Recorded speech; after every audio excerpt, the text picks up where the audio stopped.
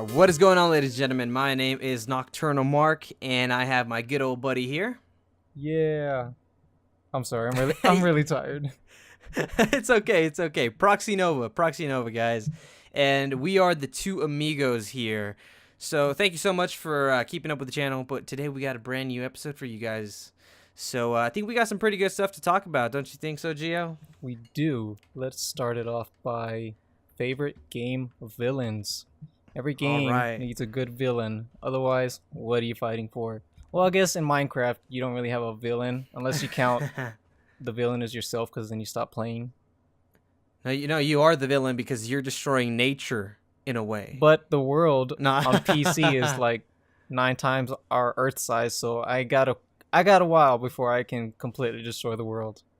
That is true. Gio, you know what? I'm going to go ahead and let you start off this topic as your favorite game villain. So you let me know. Favorite game villain. Now, here's what I don't know if it's going to get too spoilery for Mass Effect, which I'm still, every podcast episode, I'm going to keep telling you to keep playing Mass Effect. And one of these days you will. Oh my god. No, it's too long of a game, Gio. It's not too long of a game. 12 to 15 hours each, you'll be good. So the main villains in Mass Effect are called the Reapers, and they're these synthetic life forms that every 50,000 years they come to the galaxy and they kill all organic life and harvest them. Okay. And they're very menacing. They sound menacing, just their regular sound, and their voice is very like a very deep and scary robotic voice, and it's uncomfortable, very uncomfortable. But they're just amazing because you start the first game and you don't really know what's going on. Oh, you see this beacon. Oh, you have some visions that are crazy.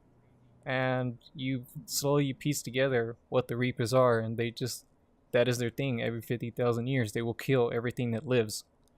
Every 50,000 years. And it's been going on for millions and millions of years.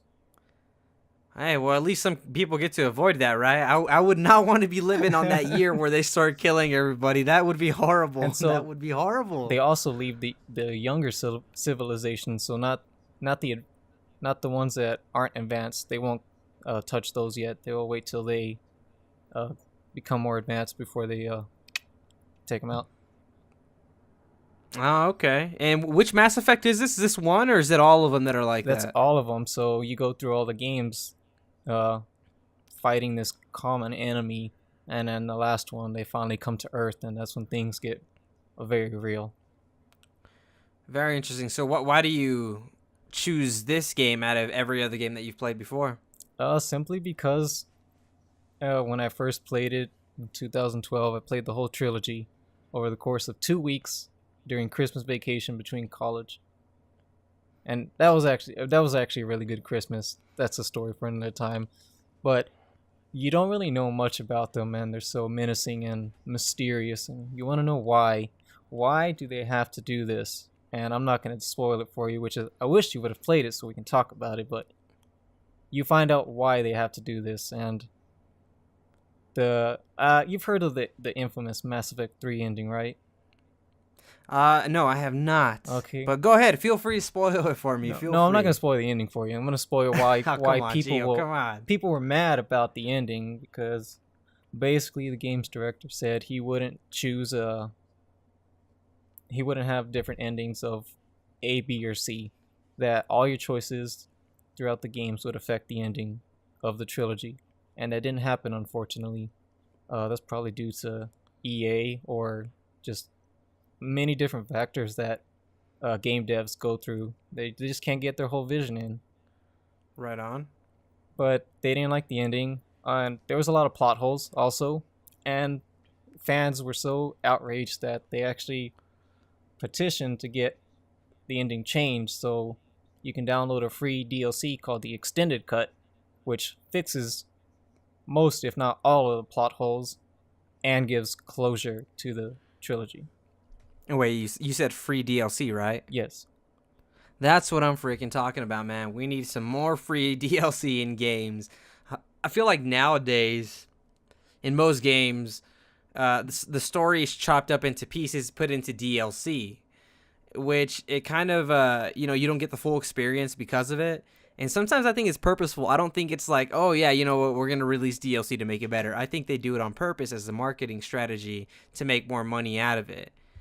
But then again, I don't know. I've heard things different things with DLC. I've heard that, of course, it's kept to basically not raise up the prices of video games because, as you know, most of games now are like $60. So if it wasn't for DLC, maybe they would be what, $80, $90 for a whole game.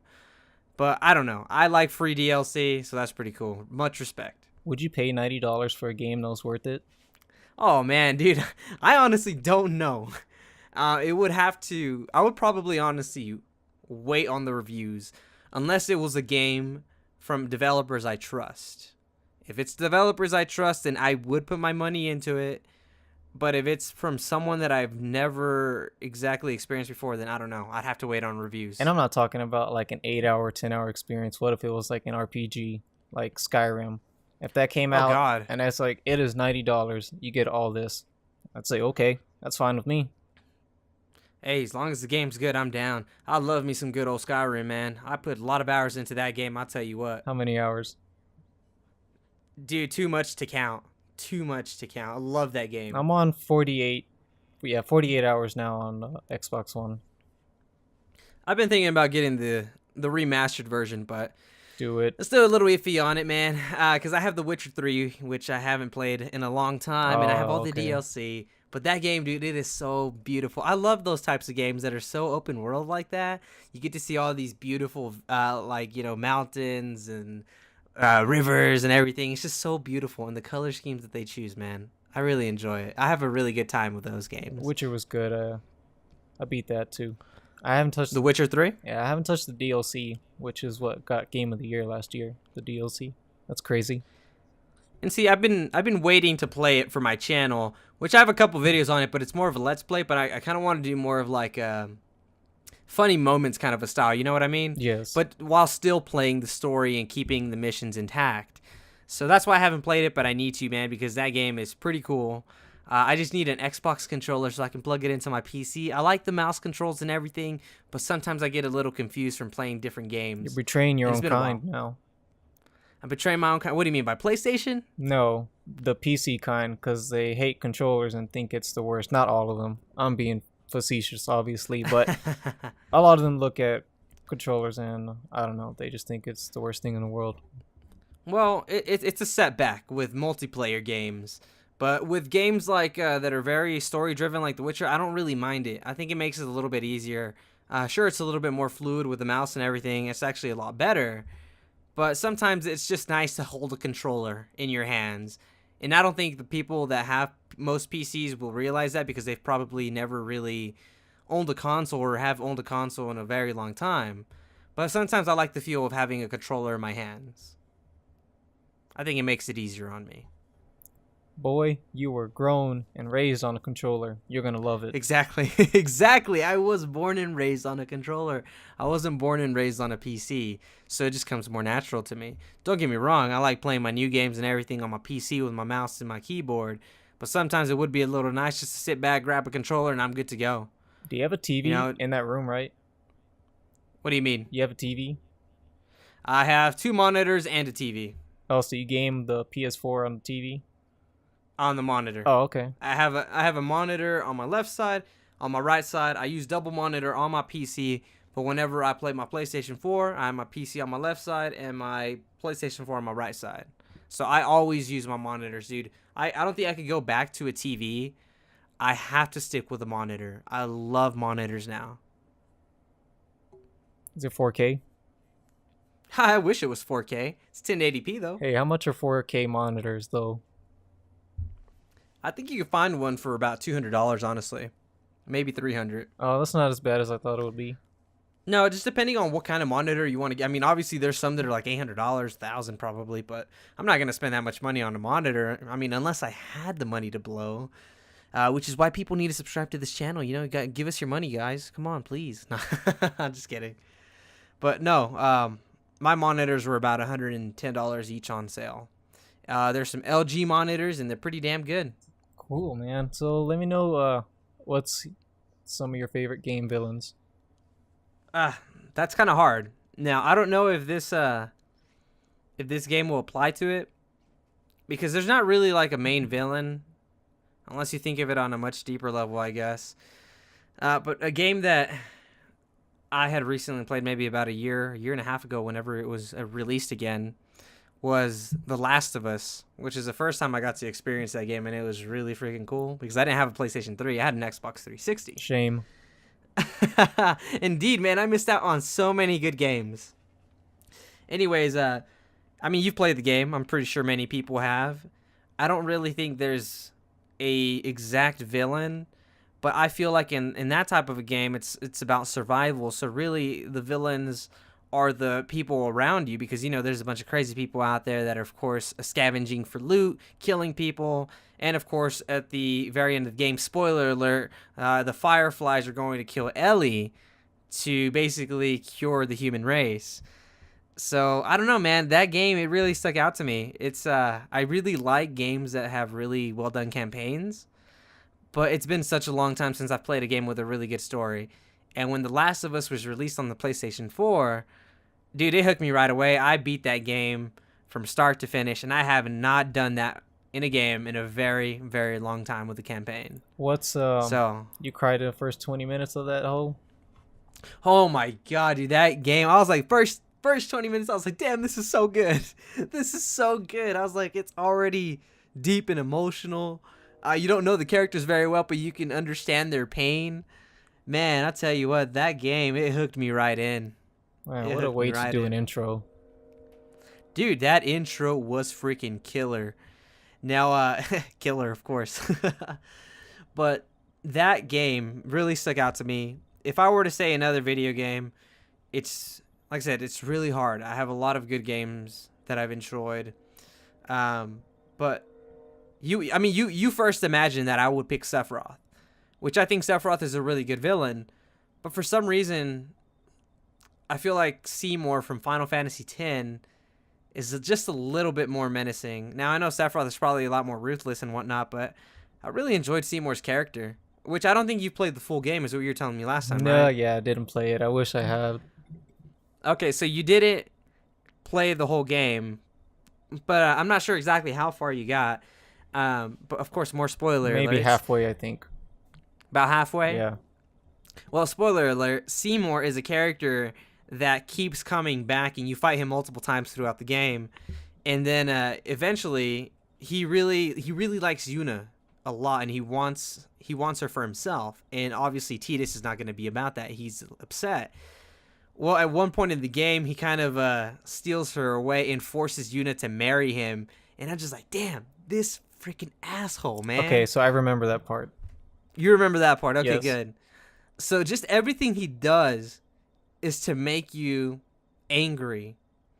And I don't know. I thought he was a really well-done villain. Of course, at the end, he wasn't the final boss, but he was basically at the very end of the game and was actually before the final boss. But he was actually supposed to become... I'm sorry if I'm spoiling this for you, Gio, but I'm going to go ahead and say it anyways because I'm not sure if you'll ever play it. I'll just go ahead. I'll play it one day. At the end, basically, you go inside of Sin to destroy him. That way he doesn't come back again. And inside of Sin, you find Seymour. So what Seymour's doing there, he's basically preparing himself to become the next Sin. So it's like he's going to become this big evil boss, but you kill him before that can actually happen. And of course, Yuna sends him to the far plane, so he's done. But Seymour was a really well-done character, and I played that game whenever I was a younger kid, and he stuck out to me a lot too. Of course, like I said, there's other villains that really I do enjoy, but those are the two that I can think off the top of my head right now. You really need to play Limbo. Not Limbo. Inside. I really do. I played Limbo, which I liked a lot, but I've been waiting for like a Steam sale because it's like $20. I know it's not that much, but no, it's worth the $20. I would pay $60 for that because of how what it made me think and thinking deeper, and it gets meta real quick.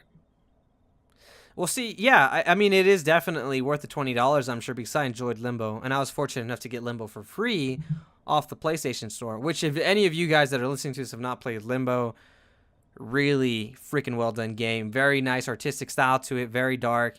And the game, it's basically, how would you say, self-interpreted, I guess, for the story. But it's a lot of strange puzzles that will, of course, trick you, but they really make you think a lot.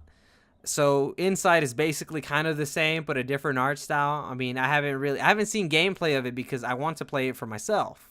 Then just do But it. I think I will. Yeah, I think I will end up investing the $20 into it, Gio. I think I will. You really need. It's 3 hours.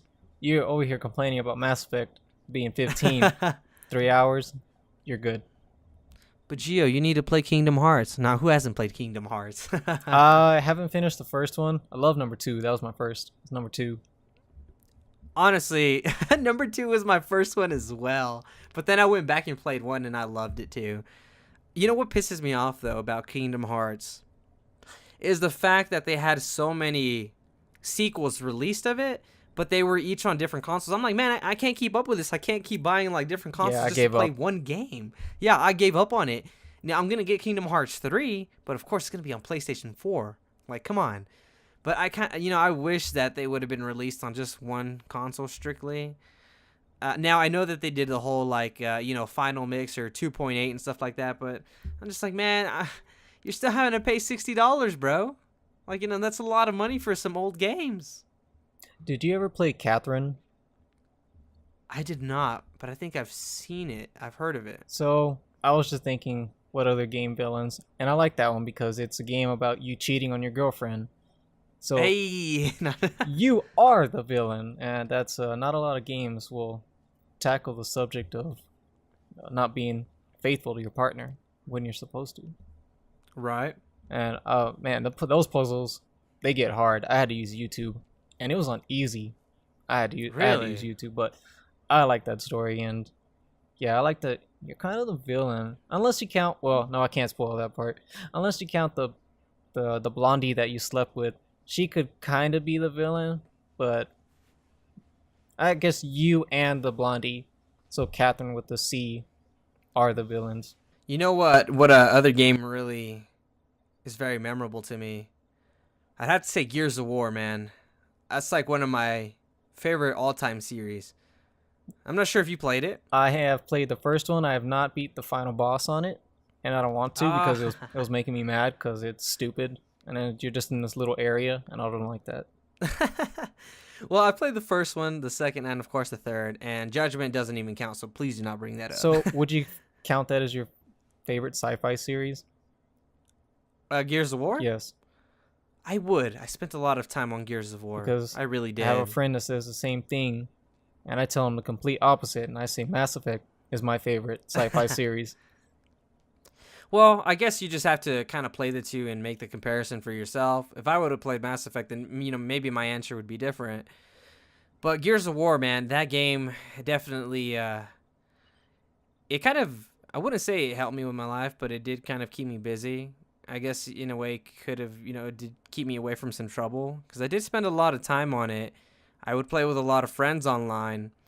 But I remember in Gears of War 3, man, like, that was, of course, the last game of the series, And, spoiler alert. No. I keep saying spoilers. You don't spoil this one for me. Why not? Because I want to... Have you played it? Yeah, I want to. I need to finish 2 and 3. You haven't played it? Yeah, so talk about it as vaguely and generally as you can.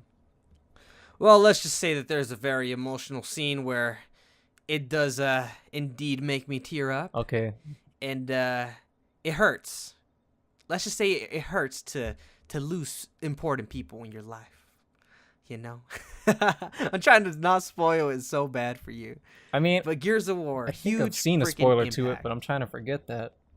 Okay, you play Gears of War 2 though, right? No.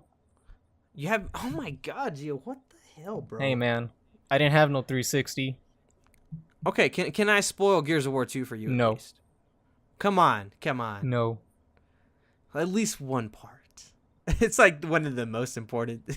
No, I think anyways. You can't do that. I'll vaguely say it, okay? Okay, that's fine. There's a certain scene whenever, well, basically the entire game, you're also looking for something specific. And whenever you finally find it, it is so beautiful. But when you come to the actual realization of what it is so heartbreaking. Oh, It is so heartbreaking, and God, man, just that's all I have to say. I mean, I'm pretty sure some people here know what I'm talking about. If you don't, I'm pretty sure you could easily find it on YouTube. Just put like Gears of War 2, like saddest moment or something. I don't know. But Jesus Christ, dude, you need to play those games. They will toy with your emotions. I'll get around to it. Just like Mass Effect will toy with your emotions, because you have to decide: do you want to save Kaiden, or do you want to save Ashley, which are two of your squad mates in the first game? One of them has to stay behind. Which one do you choose, Marco? See, the games like that, I like them. I think it gets a little more personal with that though, because it has you choose, and you're just like, damn, like there's gonna be consequences either way. But who am I going to save? See, now when I played it my third time through, I learned something about Ashley that actually made her. I sacrificed her in my last playthrough, and made it feel more impactful because of a little detail I found out that not a lot of people would openly talk about. Per se, stuff like that. It's stuff like that makes a big difference. But I feel like games like that give you the freedom, it is definitely a little bit more impactful, because with games like Gears of War, I mean, there's not much you can really control. It's already all pre-planned for you, which I guess in a way Mass Effect kind of is too, but you actually have choices that you have to make. Yeah, dude, even in the third game, this shouldn't be spoilery, but I was supposed to go help out this alien race, and I was supposed to take out this bomb. I failed once because I kept ignoring it and doing other side missions and other main missions. And they're like, oh, okay, we got one more bomb we need to get rid of. I didn't go to their planet in time, and the second one blew up. Oh gosh! So you blew up a planet. No, I didn't blow up a planet. You blew up a planet. It was your fault. It was. How dare you? Some people, and a special person that was special to them. Anyways, I get to the end of the game, and I find this alien race and their clan leader, and they straight up say, "You did not do anything to stop those bombs." So after this war is over, basically we're not friends anymore. I was like, damn, son, I'm sorry. That really hurts me. I was gonna get to it. Was all your fault, Gio. It was all your fault. I was doing other stuff, flying around the galaxy. Oh, that's your excuse for having a planet blown up. I was doing other stuff. Their planet's not blown up, but somebody died, and yeah, they got pissed. Oh yeah, I would have been pissed too if my planet would have been blown up. I don't blame them, Gio. For God's sakes, man. You're being selfish and thinking of yourself, doing other things. Well, I was thinking of the other sexy aliens, not this one that looks like a reptile. Oh, so now you're sexist. You're going off of all these looks. How dare you, Gio? You can't be sexist when one of the alien races is only women. Hey, I wouldn't mind that. Hey, they're blue alien women. Hey, as long as they're blue and they got them curves, that's all good. Then you made a good choice, Gio. You made a good choice. Okay, well, they're crazy too. Never mind. We can't have crazy females, man. that's not gonna fly around here. Are you sure about that? I feel pretty positive. I've had my fair share of crazy women in my past, and I'm not about to get back into that. Thank God I haven't had to deal with that. Yeah, let's hope you don't ever have to, okay? Because it's pretty bad. It's pretty bad. Our next topic is most difficult projects. Most difficult projects? Oh no. I hate projects. That's our whole life. We can't hate projects. I know, but you're going to bring me back to all these bad memories of Amarillo College. Oh, you still got more difficult projects. There goes the train again. Boy, that train, man. I'm so sorry. Dude, alright, so hold on, side note. So, you know how when the trains, they're smashing the cars together and it makes that really loud boom? Yeah. So I didn't know what that was for the longest time until like 7 years ago. 7 years ago? Yeah, that's pretty stupid. You saying you're pretty stupid? Yeah, I'm pretty stupid. Because it's loud, and like, I wonder how far in the city you can hear that and feel it. Yeah. Yeah, no, I feel you. I think it just stopped. Yeah, I did. Okay, cool. So our whole life is projects, huh? So, what is your most difficult project you had at EC? AC, good old Amarillo College. Man, that's tough, man. I feel like they were all incredibly hard, honestly. Maybe the ones that I struggled with the most are the hands-on projects, which at one point our instructor Derek, which guys he's very famous by the way. You know, you see all his stuff on Taco Bell. I think we talked about it on episode 1. But yeah, very famous shout dude. out Derek every time. Hey, shout out to Derek and shout out to Perez as well if he's watching this. Hey. He actually might He actually might, yeah. Perez, we love you, all right? come back. Yes, please come back. Baby, come back. He's not coming back. I know. Sad day. Anyways, probably the toughest projects were the hands-on ones because I'm not a very hands-on person when it comes to our field.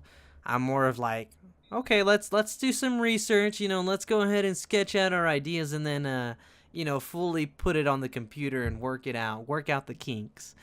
But whenever something comes, man, and it's all hands-on, I'm just like, whoa. I'm at a loss, There's a specific project that Derek had us do. I'm pretty sure you had to do it too. It was in my typographic design 2 class. And pretty much in that one, we had to go ahead and, he gave us a special character. Like, I had the Pilcrow. If you guys don't know what the Pilcrow is, just Google it. I don't. It looks kind of like, what is it, Roman architecture? I don't even know. It's what you use for writing to separate paragraphs, right? Oh, I didn't even know what that was either. Really? You didn't know what it was? Okay, No. I was like, I hope I don't sound stupid. I hope I don't sound dumb. Ooh, I sound stupid. But anyways, I had the Pilcrow. Really, really neat character. But I decided to go ahead and cut it out of wood. And with a Pilcrow, it's like a very, I wouldn't say it's very, very unique, but it does have its own aesthetics to it.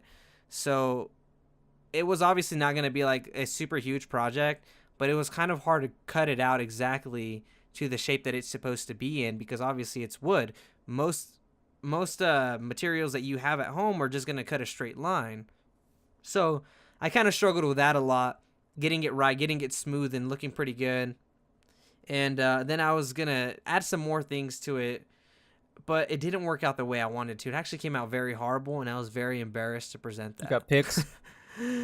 Yeah, I didn't like that project. It was really a tough one for me. I feel like anything that's hands-on, I struggle with. I struggle with the design of it. Like I can design for the most part, I think, anyways.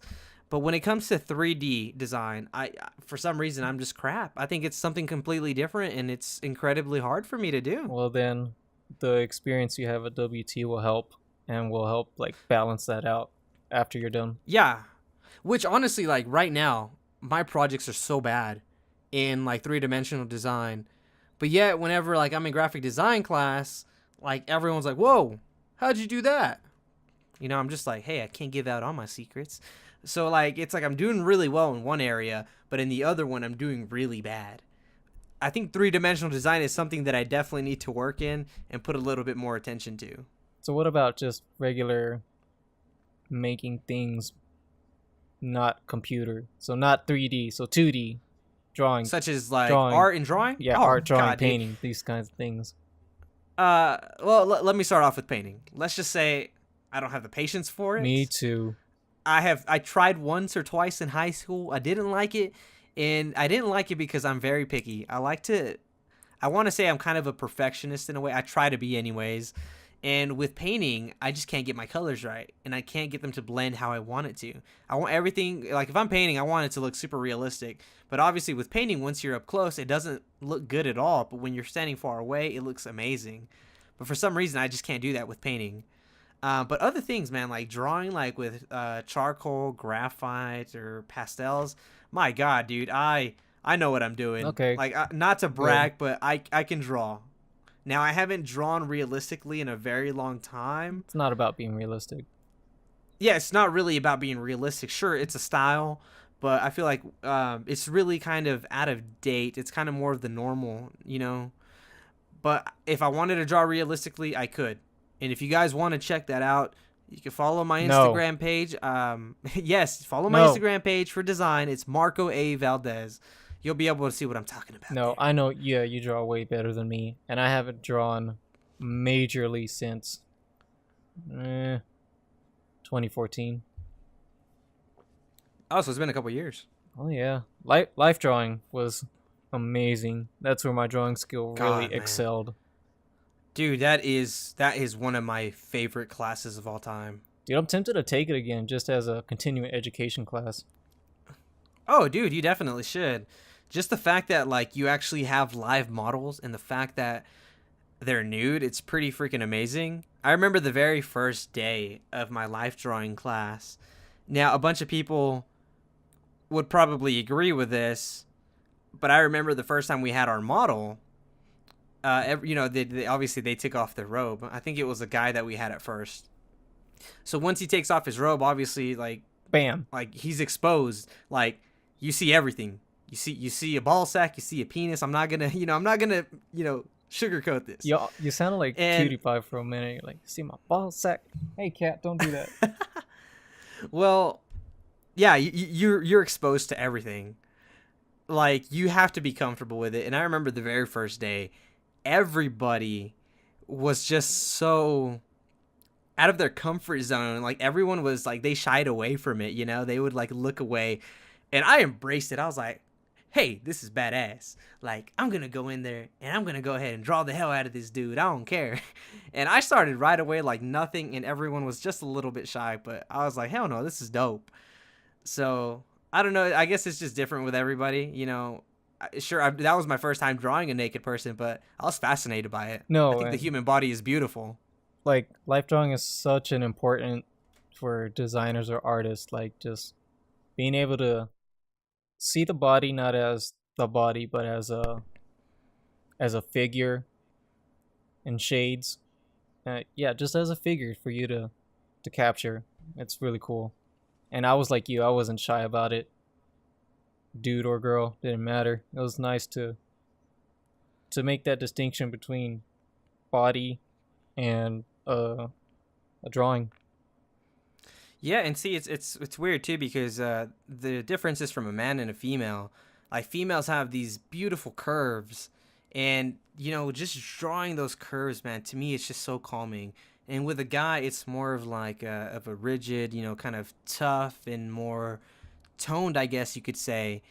But the differences between the two is pretty amazing. And don't get me wrong, I don't discriminate. Like I like drawing the females, but I also like drawing the males, because whenever I draw a male, I think of myself as obviously not as good, but as like Michelangelo whenever he was doing the statue of David.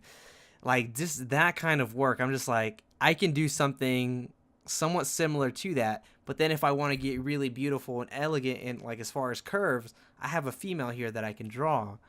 But dude, that was definitely a class that I look forward to. I don't think I skipped one day of that class. I showed up every morning. I was never late. So the only reason I had to skip one day was the day that my car got stolen. Your car got stolen? I told you this story. What? I don't remember. All right. Side note, story time. So in September of 2013, my Civic got stolen. And my parents didn't live here.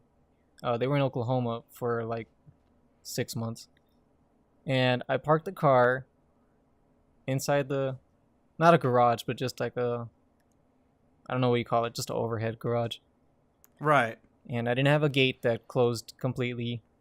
And my sister usually parks behind me, but this time she decided to park on the side.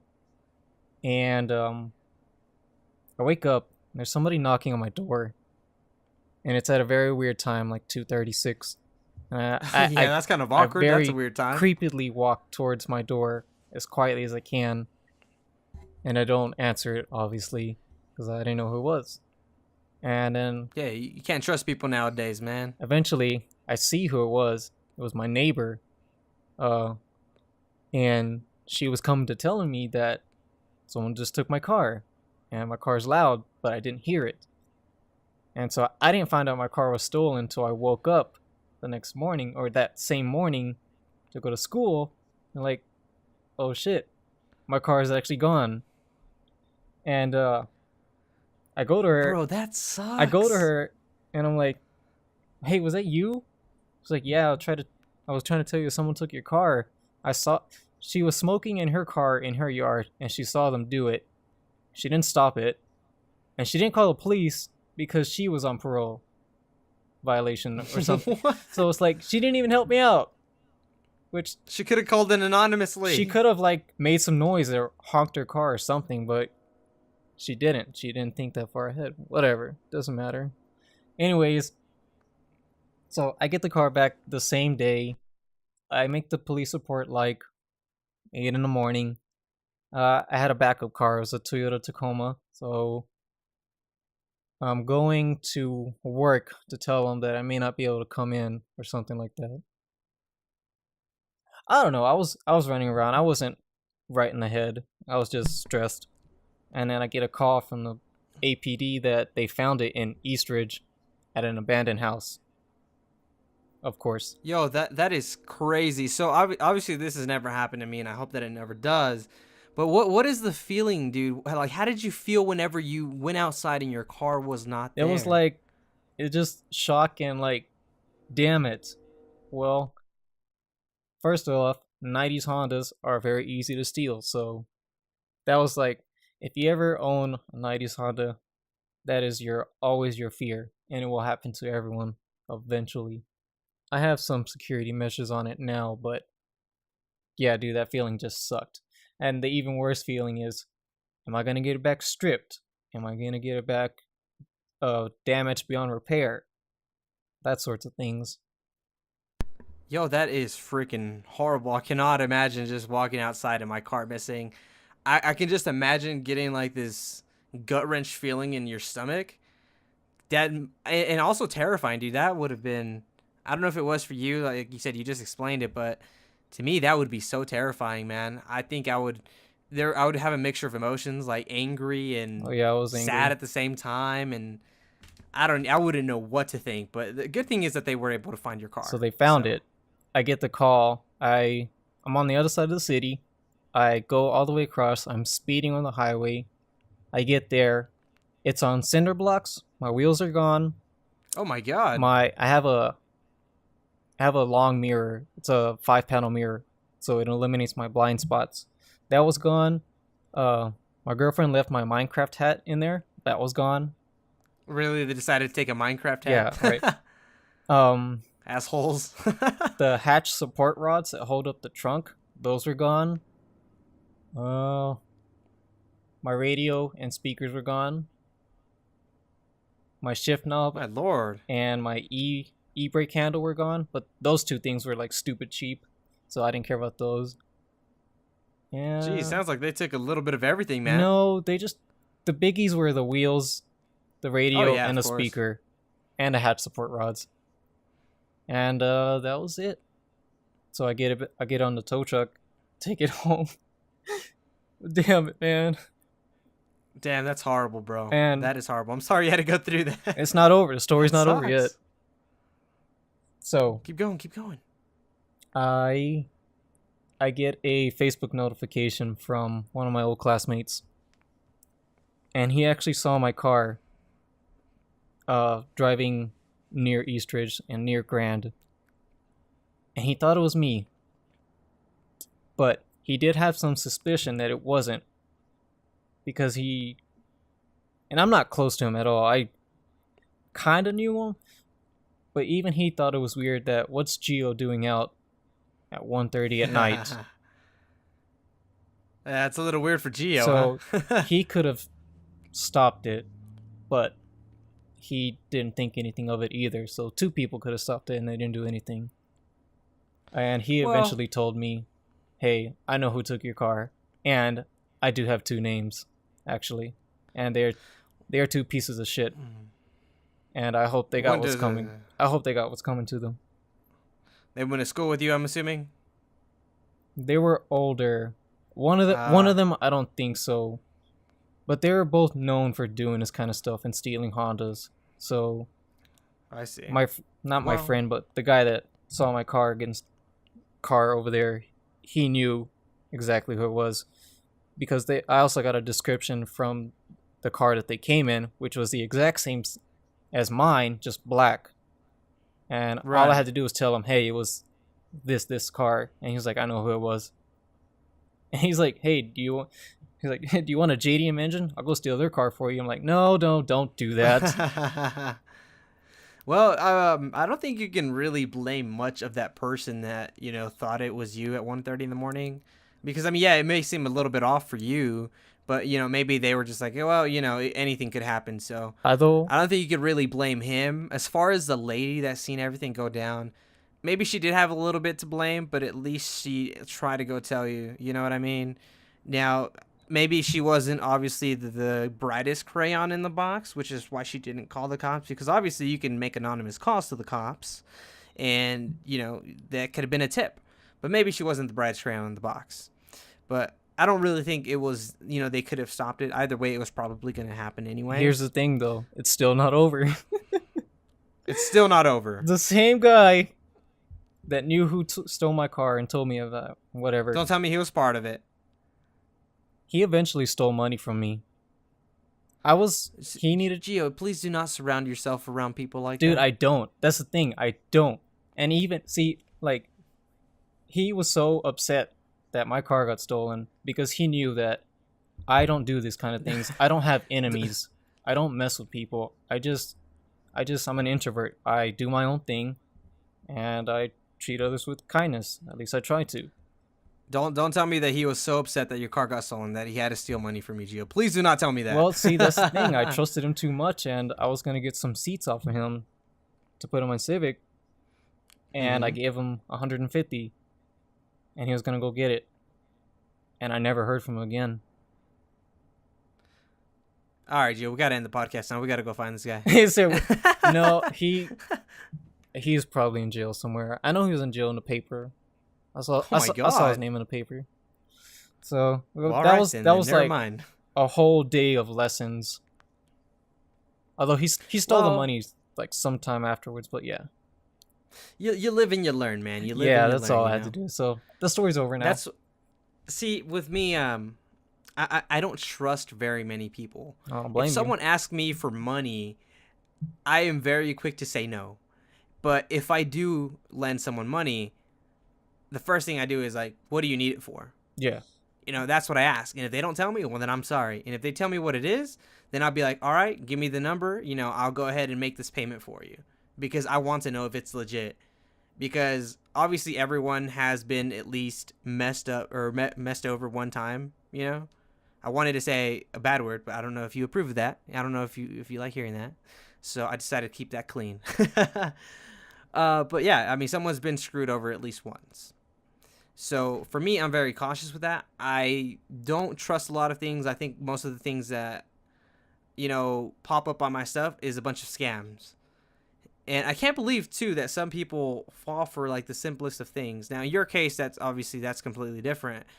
But, like, for example, I mean, obviously there's, like, scams where, like, you get a letter in the mail. It's like, oh, you've won a free trip to Hawaii. I'm like, hell no, I didn't. Nothing in this world is free. Dude, I'm tempted to send one of those back with, like...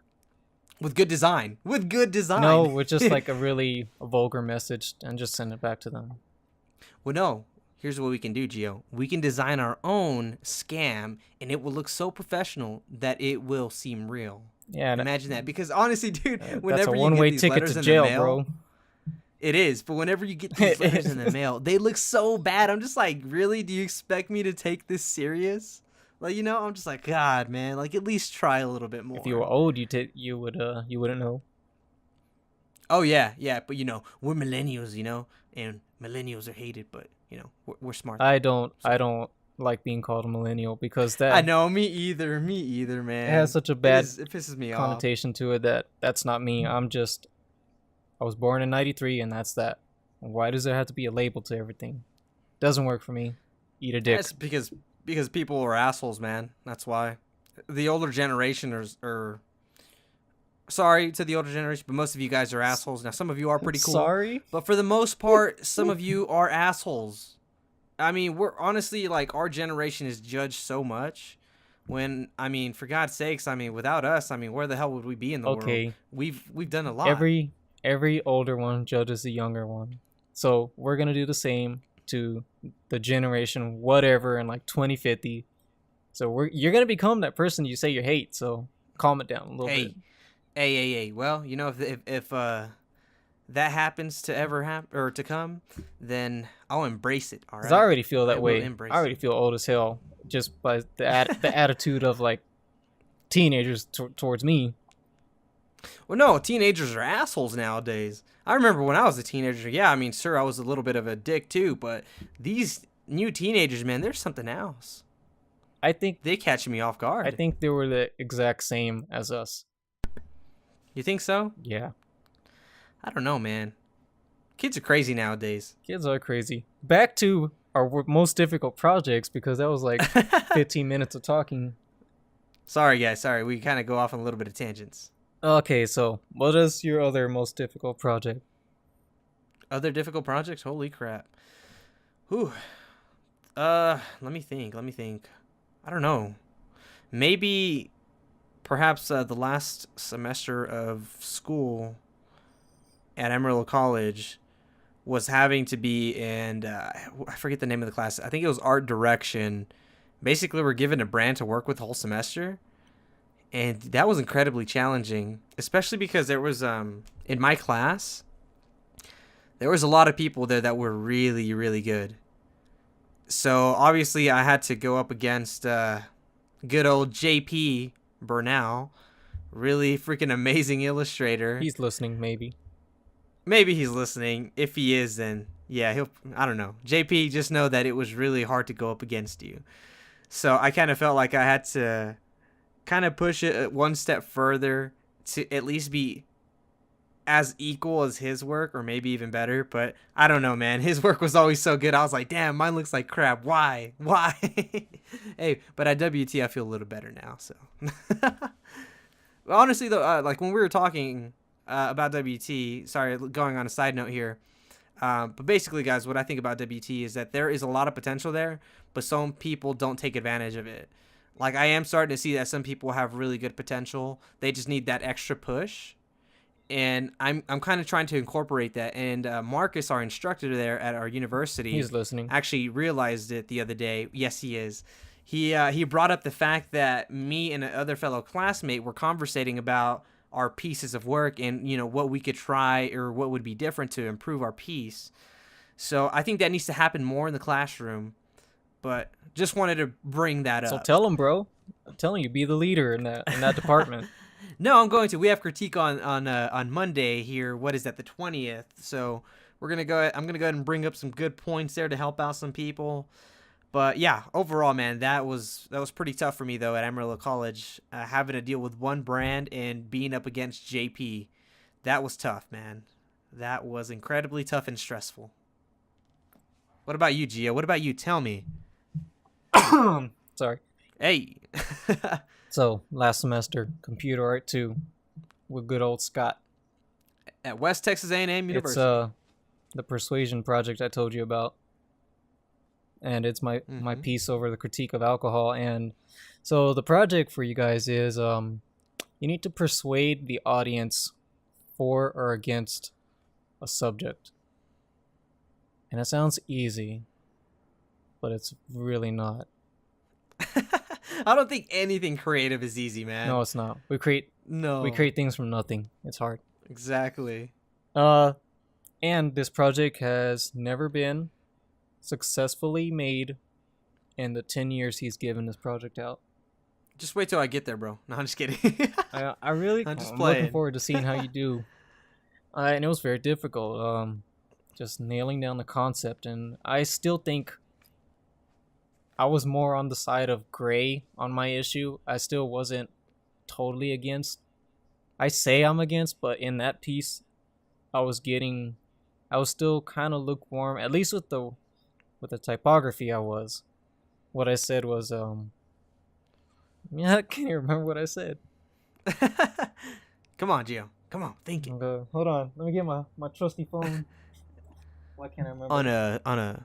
We're going to be taking a short intermission here, guys. We'll be back in just a couple seconds. I really don't know why I forgot. Hold on. I got it. Okay. And it says, the leeches are full, but the bottles are empty. And, yeah, it's my critique of alcohol. And Which, by the way, guys, Gio is not a big fan of alcohol. He highly disapproves of Okay, it. so you want to go down this rabbit hole? Yes. Well, we gotta explain Big to the viewers whoop-de-doo. why Geo hates alcohol. No, he does. let me rephrase that. I fucking hate alcohol.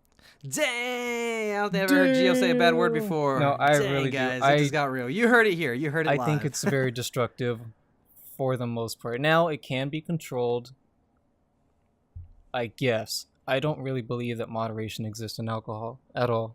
I You think don't think so? I think the line is so thin that it might as well not even be there. I have to disagree with you, Gio. I think that alcohol is something you can control, but a lot of people take advantage of it. For example, there's people out there who will get drunk every And weekend. that would be the only purpose for that drink. Exactly. But there's other people that have one or two beers just to relax or just to get a little decent of a buzz. So, I mean, it just depends on the person. But for most people, I do agree that they do it to get drunk. But like I said, I think it's really all about control. Unless you're an alcoholic. Obviously, if you're an alcoholic, you're going to keep drinking until you probably pass the hell out. Well, that's just, I've seen only negative come from alcohol from my family. Thankfully, my dad hasn't done anything harmful, brash, or stupid.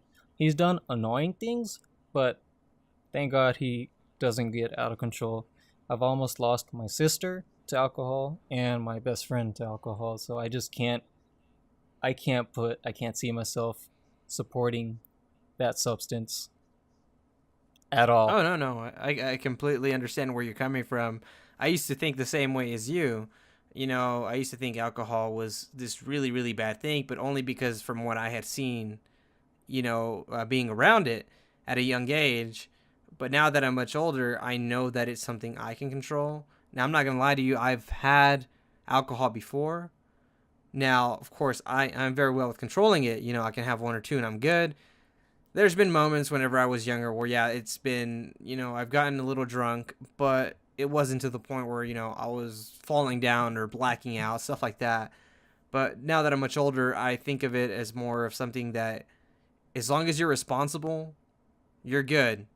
But if you're not, then you have a problem. You know what really makes me mad is whenever I get the email, because I subscribe to a crime alerts email. Okay. And I occasionally get the one that says so-and-so was killed by a drunk driver. And that makes me hate it even more. And it's getting to the point where, I kid you not, I want to go full on like activist mode with this crap.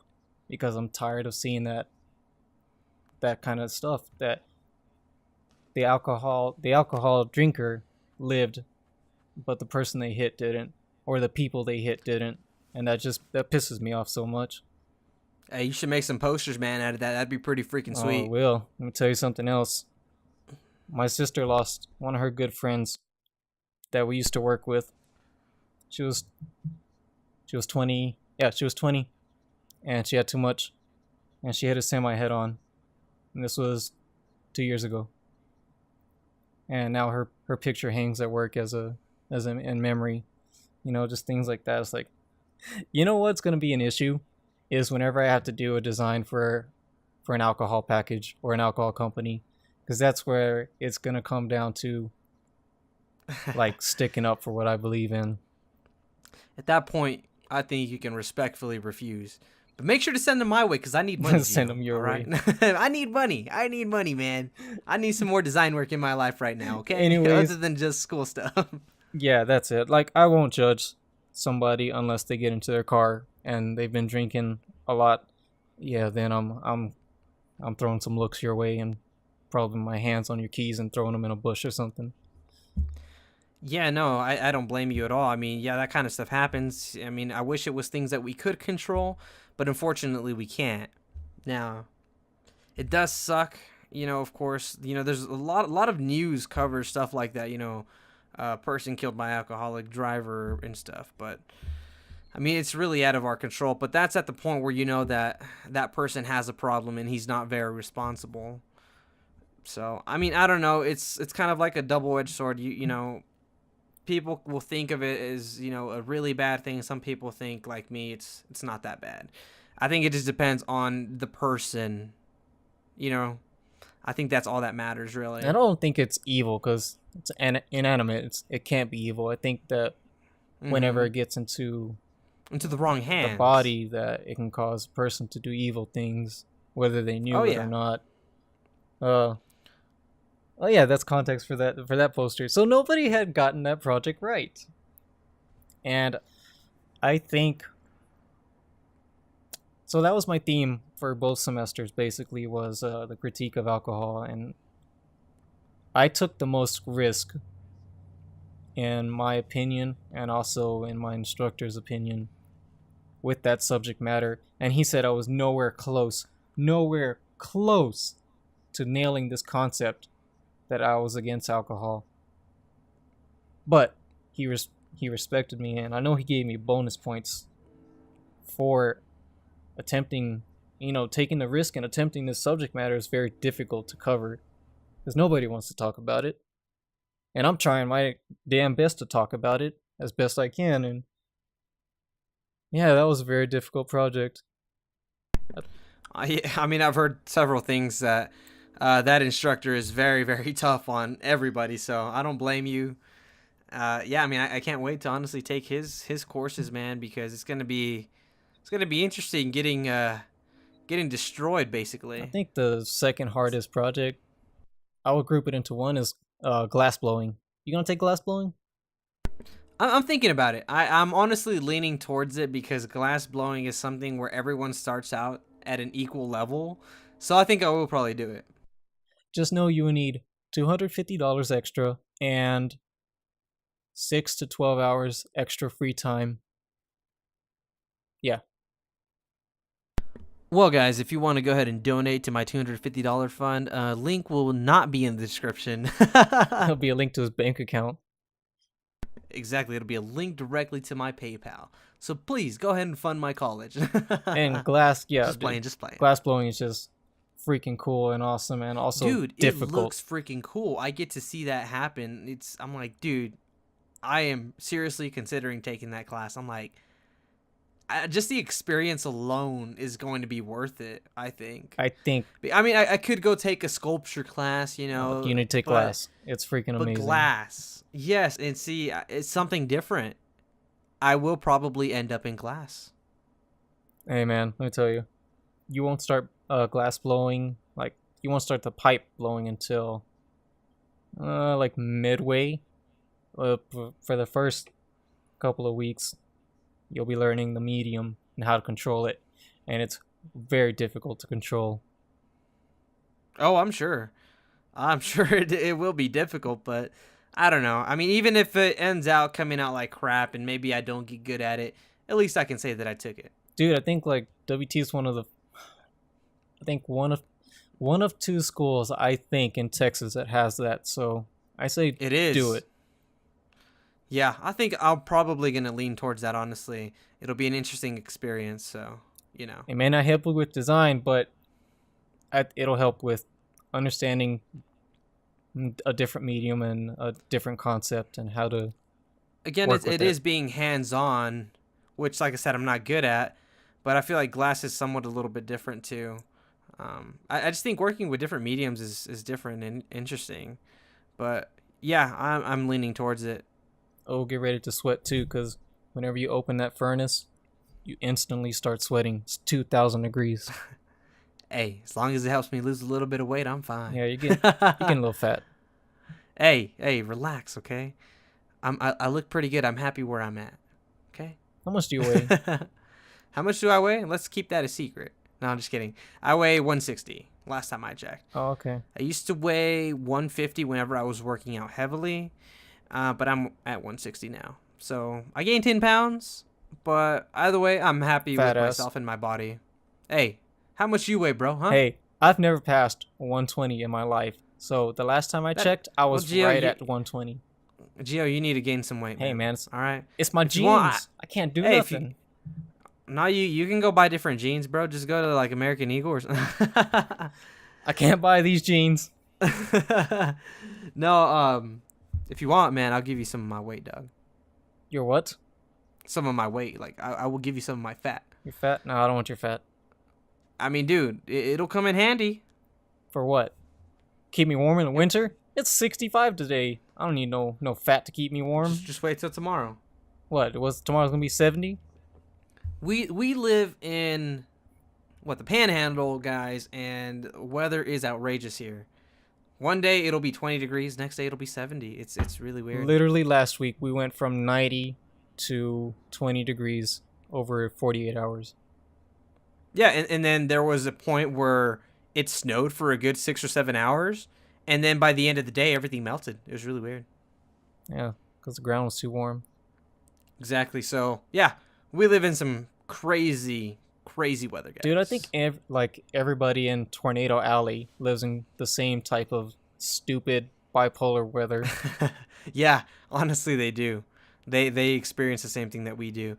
I don't get it. I hate the weather. I wish it was consistent.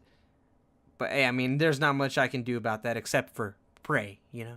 I'm going to go ahead and send my prayers, but I know nothing will happen. And lose some weight. Nah, I'm good where I'm at, bro. If I could get to like 140 or 150 with a combo of muscle and fat, I'll be good. Now, I haven't been to the gym in a month, and that's bad. Honestly, Gio, going off all of our topics here, I'm just saying, if you were to go to the gym with me, you'd probably put on some good weight. Because what, are you gonna work me out really hardcore? Because I already tried that, and it didn't work out so well. Dude, trust me, if you work out with me the way I used to work out, you will put on a lot of muscle, bro. Is it called overexertion?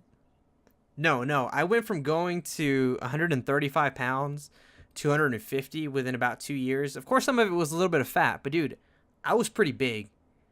I was getting so big that literally I got stretch marks on my arms and on my chest from growing so fast. You got pics? I want to see Fat Marco. Hey, you want to see what? Fat Marco? I wasn't fat. I used to be real skinny, man. But I used to be buff. But yeah, I'll have to send you a picture. That's cool. Yeah, but dude. I think we've already hit that hour mark. Yeah. Well, we at least sprinkled the life in there. We didn't get to our life topic, but that's okay. We'll do it next time. Thank you for listening to episode 3. Check us out on SoundCloud and our YouTube channel. Which all links to social media will be in the description down below, guys. Like I said, I am Nocturna Mark, and this is Proxy Nova. And what are we, Gio? You're not Proxy Nova. I'm Proxy Nova. I said you were Proxy Nova, bro. You said this is. It's implying that you were it. And this is the Two Amigos Podcast. This is the Two Amigos Podcast, guys. You heard it here.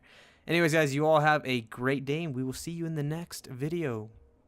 Next podcast.